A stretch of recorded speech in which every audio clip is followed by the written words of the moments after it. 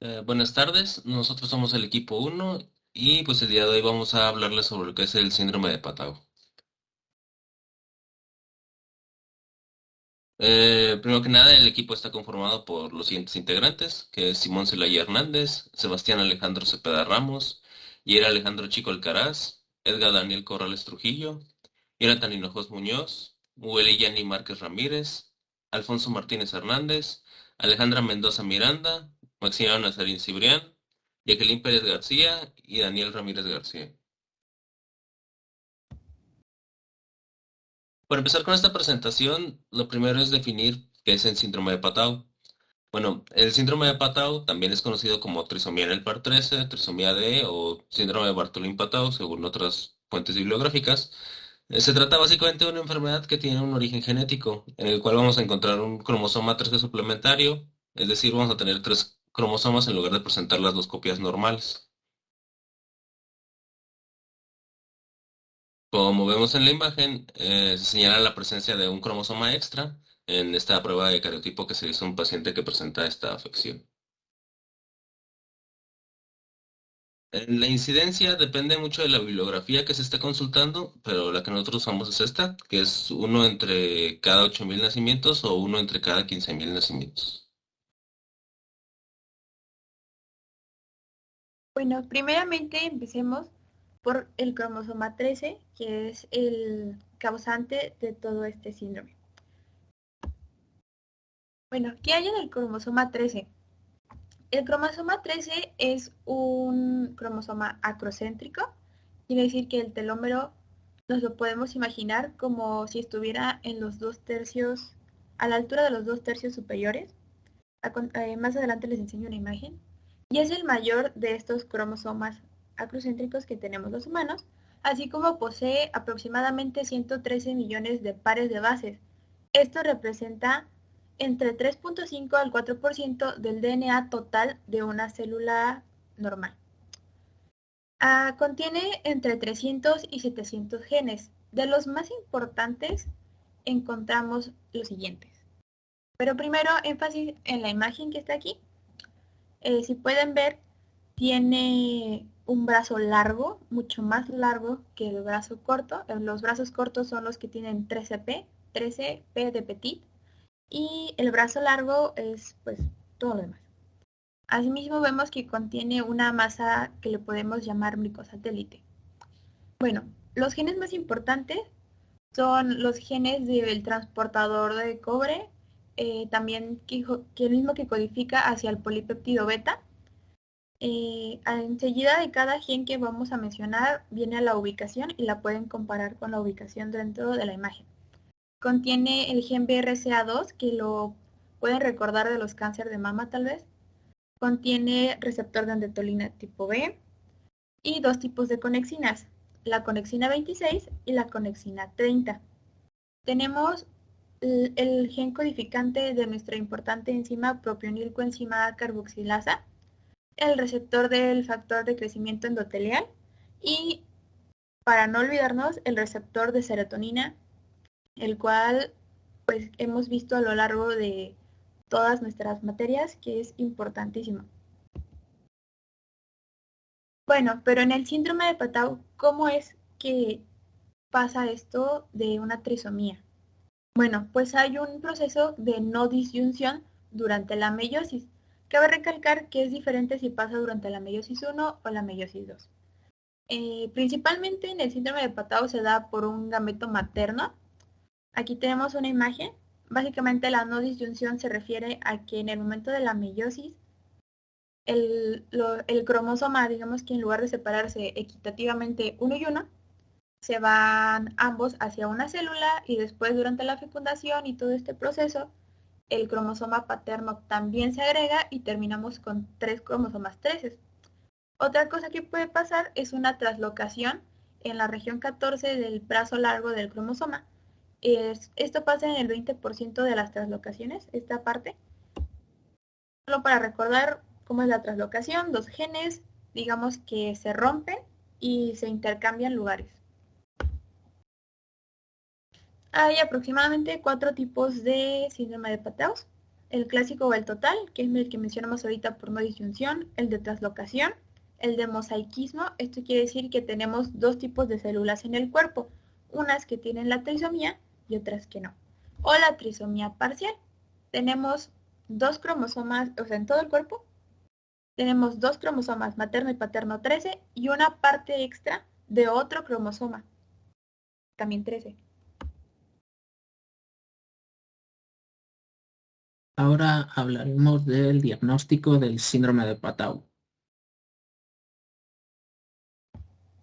Existen principalmente 4 métodos diagnósticos para detectar este síndrome en los recién nacidos.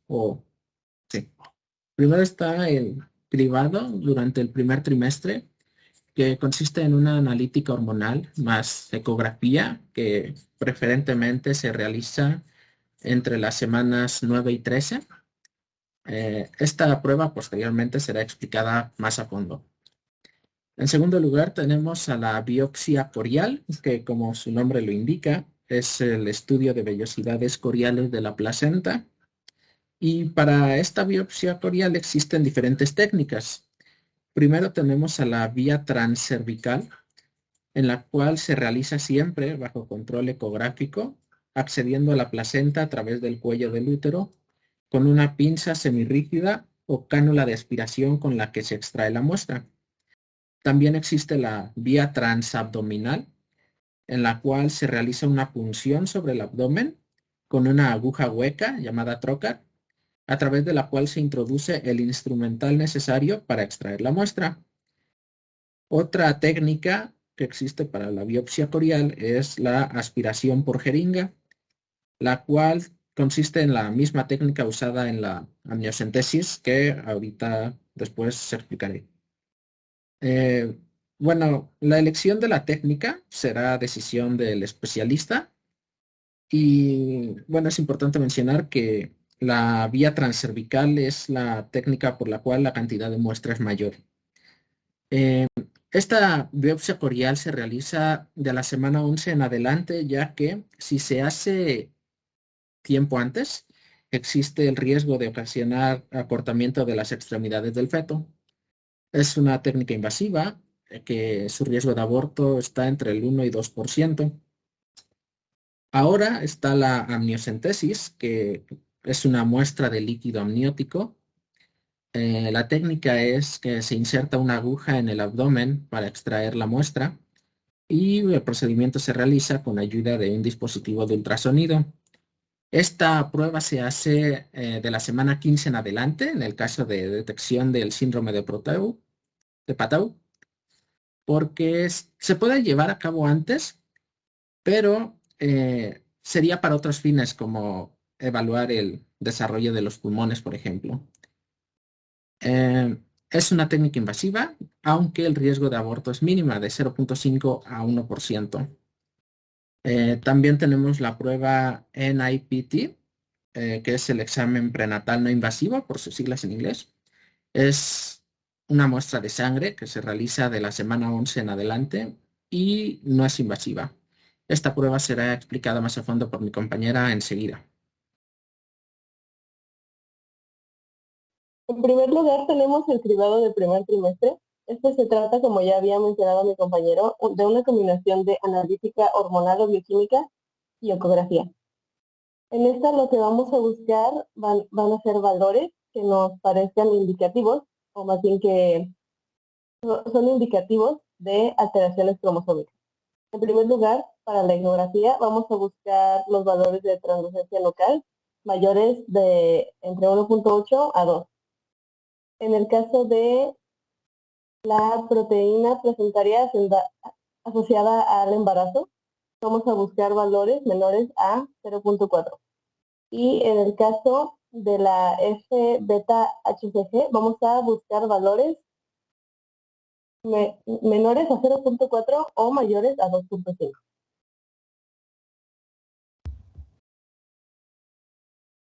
Aquí, como lo indica este diagrama, es más o menos un resumen del análisis que se hace.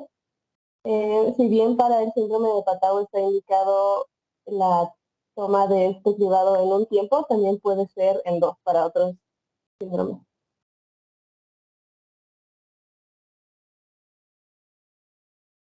Finalmente tenemos la prueba, o bueno, el NIPT, que como indica sus siglas, Non-Invasive Prenatal Test. Se trata de el test que es menos invasivo de todos los mencionados. Se trata, como también habíamos dicho anteriormente, de una muestra de sangre. Tiene una sensibilidad entre el 85 y el 90% y es un análisis de el cell-free DNA, que son pequeños fragmentos de DNA en la sangre, como su nombre lo indica, fuera de la célula. Los resultados positivos pueden presentar... Bueno, ¿por qué me cambiaron?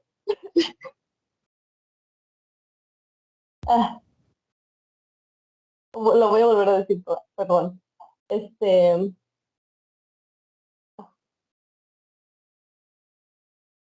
Ya, perdón. Por último tenemos el NIPT de sus siglas en inglés, Non-Invasive Prenatal Test. Es la técnica, como su nombre lo indica, menos invasiva, con una sensibilidad de entre el 85 y el 90%. En esta se analiza la muestra de sangre y dentro de ella el cell-free DNA, que son fragmentos de DNA menores a 200 pares de bases. Los resultados positivos pueden reflejar la presencia de homosexismo, pero siempre es indicado el cariotipo para confirmar el diagnóstico.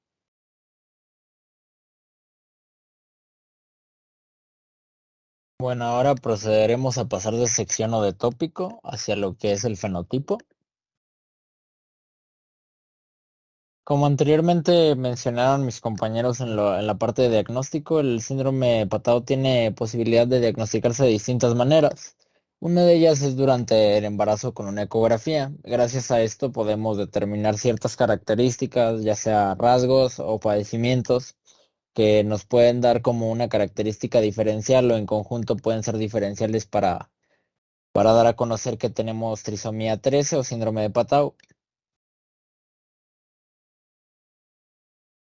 A continuación vamos a mencionar lo que son algunas. Estas fotos son un poco para ilustrar lo que es, aunque no sean fotos clínicas, pues podemos ver claramente signos que son diferenciales y que no son difíciles de observarse, como lo que es la microcefalia. Como podemos ver aquí, la cabeza y todo su diámetro y volumen es mucho más pequeño que la de un bebé normal. En el coloboma, donde el iris se sale de su zona normal donde debería de estar ubicado. Lo que es la polidactilia, que ya sería la adición de cualquier otro, o un dedo podría ser tanto el pulgar como índice, como cualquier otro dedo, pero es cuando se añade un dedo más. Ya tenemos ahí lo que son 6 dedos. El labio paladar hendido, que es cuando desde la zona del paladar se hace un camino o lo que es un hueco u orificio hacia la parte de, aunque suene redundante, el orificio nasal. Lo que es la holoprosencefalia, que es cuando los dos hemisferios cerebrales, como podemos ver en esta imagen, están divididos, pero en la holoprosencefalia se juntan en uno solo y se hace una malformación también con el neuroectodermo óptico. La malformación facial, que es parecida, bueno, aquí también podemos ver lo que es el labio leporino. Es parecida a lo mejor al labio leporino o el paladar hendido, pero puede llevar algunos otro tipo de características, no es tan específico. Y la diferencia que tenemos del labio leporino con el paladar hendido es que el labio leporino pues podría llegar a ser nada más una división del labio superior que llegaría del labio a la nariz. Bueno, como podemos ver, estas ya son afectaciones durante el embarazo, como podrían ser lo que es el polidram, que tiene 30% de afectación hacia las personas del síndrome de Patau, que sería el exceso de líquido amniótico dentro de la placenta, o el otro 30% que se ve afectado por el oligoamnios, que podría ser el nivel, que es la contrariedad, el que es el nivel bajo de líquido amniótico dentro de la placenta. Bueno, pues otros padecimientos o rasgos podrían ser los pies en mecedora, que es cuando el talón se encuentra hacia afuera. Son, como podemos ver, tienen una característica deformidad en la parte del talón o de la planta del pie. Lo que es el útero bicorne, que como podemos ver aquí el cuello uterino y el útero se dividen en dos en lugar de tener el solo camino que normalmente se ve. O lo que es en hombres que es la criptorquidia, que es que uno de los dos testículos no desciende o ya sean, podrían ser también los dos testículos no descienden en los varones. Otras manifestaciones que podemos encontrar serían malformaciones cardíacas, malformaciones renales, riñón poliquístico, retraso psicomotor, lo que es frente inclinada hacia atrás, retraso del crecimiento intrauterino, cuello corto o con abscesos.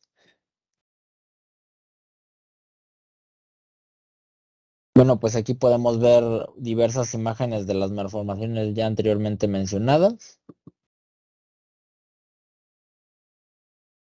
Y pues lo que son aquí serían hallazgos clínicos que son más frecuentes en la trisomía 13.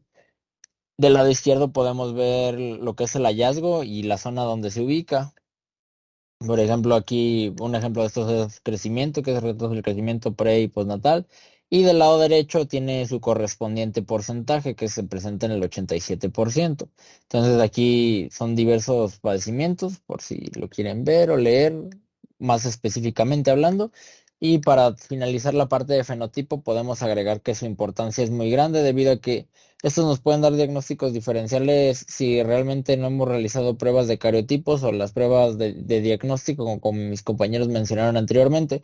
También nos pueden ayudar para hacer y dar un tratamiento adecuado para alargar la vida de, de las personas que padecen trisomía 13, porque solo el 13% llegan a la edad de 10 años, pero lo que buscamos es que nuestro paciente o que la persona que se está diagnosticando llegue a esa edad.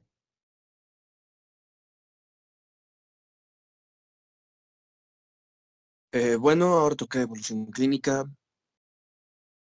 Bueno, para evolución clínica hay que aclarar algo. Es difícil predecir cuánto tiempo vivirá un niño con trisomía 13, ya que el 28% muere en la primera semana de vida, el 44% en el primer mes, el 86% en el primer año. Solo el 5% sobrevive más de 3 años. Esta supervivencia en el síndrome de Patau tiene relación con los individuos mosaicos. Como dijo mi compañera hace rato, los individuos mosaicos son aquellos pacientes que tienen líneas celulares trisómicas y líneas celulares normales. Es decir, tienen una distribución de la trisomía en algunas células, no en todas. Y esto quiere decir que la trisomía se identificará menos expandida en los sistemas. En la mayoría de los casos del síndrome de Patau no es hereditario. Esto nos resulta importante en la evolución porque cabe recordar que no tiene un inicio que tiene un inicio principalmente desde las células germinales. Se trata de síndromes que aparecen esporádicamente durante la formación de las células, de estas mismas células. Durante la formación de los óvulos y los espermatozoides, se produce un error en la redistribución de los genes. Una de esas células presenta una copia extra en algún cromosoma, es decir, 23+1.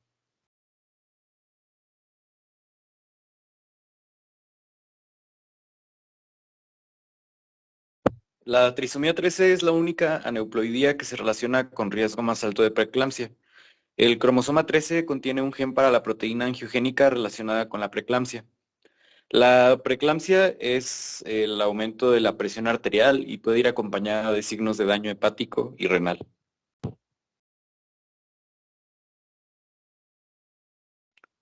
Los bebés con trisomía 13 tienen ciertas características, como son que son inusualmente pequeños, al igual que experimentan problemas de salud importantes para alimentarse y respirar. Esto afecta en su desarrollo y en el crecimiento.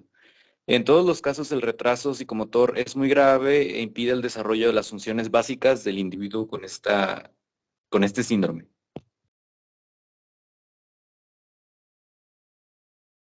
Bien, ahora pasaremos al apartado de complicaciones. Es importante para nosotros resaltar que las posibles complicaciones a las que pueden llegar estos bebés, pues son de gran relevancia para nosotros, ya que así en algún momento que nos veamos en la situación de atender a alguno de estos pacientes, pues ya tendremos el contexto de hasta qué puntos puede llegar tal padecimiento de este síndrome. Para empezar, las complicaciones comienzan casi prácticamente al momento que nace el bebé. La mayoría de estos bebés tienen una enfermedad cardíaca congénita por el mismo cuadro clínico que presentan los afectados, el cual se considera grave. Pues estos bebés fallecen en los primeros días e incluso en sus primeras horas de vida. La mayoría de estos bebés no sobreviven el primer mes de vida y el 75% muere antes de los 6 meses. La causa común de muerte es casi siempre el paro cardiorrespiratorio. En la imagen podemos ver a un recién nacido con problemas respiratorios. Se debe de tener en incubadora. La siguiente. Y en esta imagen podemos ver, dada la misma causa que ya comenté, que fue el paro cardiorrespiratorio como causa de muerte, pues en la imagen se está intentando dar una reanimación cardiopulmonar al bebé. Como dato adicional y también muy importante, estos bebés con esta trisomía generalmente tienen problemas de alimentación relacionadas a la misma dificultad de coordinar la acción de la succión con el acto de respirar, así como también con el de tragar. Entonces muchos de ellos tienen una succión muy débil, lo que lleva a que fácilmente se ahoguen o que vomiten. El reflujo también, que entendemos como el regreso de la comida del estómago al esófago y a la garganta, aunado al labio y al paladar hendido, contribuyen a aumentar estos problemas que comenté del ahogamiento y del vómito. El problema en la alimentación, este mismo problema hace que el crecimiento del bebé sea muy lento. El bebé también se encuentra muy inquieto y constipado, lo cual entendemos como la dificultad de evacuar normalmente. Las complicaciones también pueden incluir la dificultad respiratoria o falta de respiración, que se considera como apnea, la sordera, problemas de la alimentación, como ya dijimos, insuficiencia cardíaca, llegan a presentar convulsiones, problemas en la visión y presión sanguínea elevada. Como vemos, varios de estas complicaciones pues tienen que ver mucho con la enfermedad cardíaca congénita. De lo siguiente que vamos a hablar es del pronóstico, que no solo es importante para los papás de paciente que va a tener el síndrome de Patau, sino también es importante que los médicos lo conozcan porque tienen que saber cómo dar la noticia de que el feto tiene este síndrome. Bueno, y lamentablemente el pronóstico es grave, como podemos ver, entre el 80 y 90% de los productos no van a llegar a término, muchos de ellos simplemente son aptos para la vida intrauterina y aquellos que logren vivir, realmente su supervivencia va a ser de alrededor de 12 meses, como podemos ver. Los varones van a tener una supervivencia media considerablemente menor a la de las mujeres. Los varones van a tener una supervivencia media de alrededor de 4 meses, mientras que las mujeres, las niñas, van a tener una supervivencia media de alrededor de 20 meses. Y la mayoría de pues, estos pacientes van a fallecer debido a problemas cardiorrespiratorios. Bueno, como se estaba mencionando anteriormente, en diapositivas anteriores, alrededor del 50% de los nacidos vivos van a fallecer al mes de vida y solo y tan solo en los próximos 6 meses van a haber ya fallecido el 70% de estos bebés que sí lograron nacer con vida. Y también se mencionó anteriormente que el retraso psicomotor va a ser grave, lo cual va a impedir la adquisición de habilidades básicas en nuestro paciente. Y como un caso curioso, el caso registrado de mayor supervivencia de un paciente con síndrome de Patau fue una paciente femenino que llegó apenas a los 19 años de vida.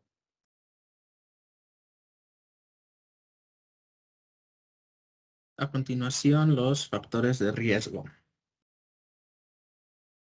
Y bueno, estos factores de riesgo de la aparición del síndrome de Patau se dirigen principalmente a la edad avanzada de la madre al momento de la concepción. Esto debido a que las probabilidades de que los ovocitos realicen el reparto de material genético a las células hijas de forma incorrecta es mayor con el paso de los años, lo que finalmente resulta pues en la formación de un embrión con más cromosomas de lo habitual, como es este caso de la trisomía 13. La edad promedio de las que llegan a la concepción es de 31.3 a 33.7 años. Por lo tanto, como consejo genético, primero, tenemos que hay que evitar los embarazos en edades de riesgo de aparición del síndrome de Patau, que son los que ya mencioné anteriormente. También está que el síndrome de Patau pues, se puede diagnosticar prenatalmente con estudios cromosómicos de las células amnióticas, como se mencionó al principio. Otra alternativa es que los padres de un bebé, bueno, los padres que ya tienen un bebé con trisomía 13, deben de recibir consejo y someterse a pruebas genéticas para conocer y así ayudar a evitar tener otro hijo con la afección del síndrome de Patau. Y ya para finalizar, pues hay que mencionar que la importancia de conocer el origen de patologías congénitas, como en este caso una aneuploidía, radica en el conocimiento de los cuidados y beneficios para los pacientes afectados, buscando darles una vida digna a ellos. Asimismo, el avance genético permitirá la prevención y oportuna detección de dichas afecciones, teniendo como fin mejorar la calidad de vida de las futuras parejas que planean tener hijos y construir familias. De parte de todos los integrantes que conforman este equipo, agradecemos la atención prestada a la presentación del tema y esperamos que esta haya sido de interés para su formación. Gracias.